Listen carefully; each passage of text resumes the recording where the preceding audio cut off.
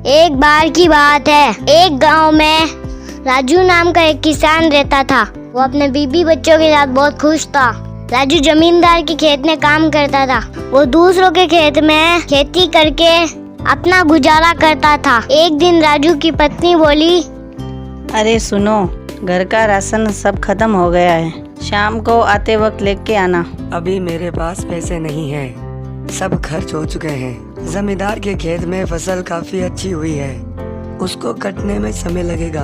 Ration तो बिल्कुल खत्म हो गया है, मैं क्या करूं?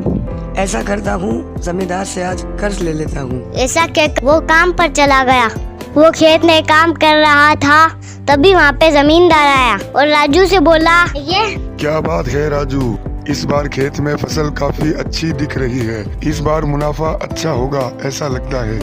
तभी राजू बोला, हाँ जमींदार साहब, लगता तो ऐसा ही है, पर जमींदार साहब मुझे आपसे कुछ कहना है। जमींदार बोला, क्या बात है राजू, बोलो। जमींदार साहब, मेरे घर में राशन खत्म हो चुका है और मुझे उसके लिए पैसे उधार चाहिए। बस यही रोना है तुम लोगों का।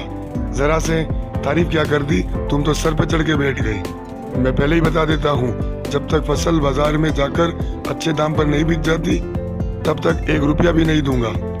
ऐसा कहकर जमींदार चला गया। राजू उदास होकर अपने घर चला गया और अपनी पत्नी से कुछ नहीं बोला। बिना खाना खाए सो गया वो। कुछ दिनों बाद फसल कटने का समय आया। राजू बहुत खुश था। बादल गरजने लगे और जोरों से बारिश शुरू हो गई। बारिश इतनी तेज हुई, जमींदार की सारी फसल नष्ट हो गई।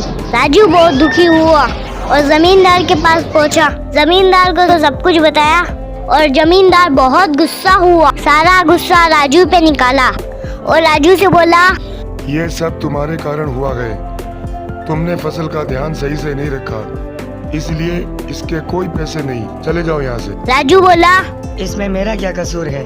मैंने तो फसल का ध्यान अच्छे से रखा, पर बारिश आ गई, उस पर मेरा क्या जोर। केवल हमारी ही फसल नष्ट नहीं हुई है और बाकी बहुत से जनों की फसल नष्ट हुई है। जमींदार बोला, चल बातें मत बना और जा यहाँ से। राजू दुखी होकर घर की तरफ चला गया और अपने बीबी बच्चों के सामने रोने लग गया और बोला, मुझे माफ करना बच्चों, मैं तुम्हारे लिए राशन नहीं ला सका। राजू गरीबी से परेशान होकर उसने और उसके परिवार ने अपनी जान दे दी। हमें अपनी अमीरी पर घमंड नहीं करना चाहिए, हमेशा गरीबों की मदद करनी चाहिए। बच्चों, ये कहानी आपको कैसी लगी कमेंट करके बताएं।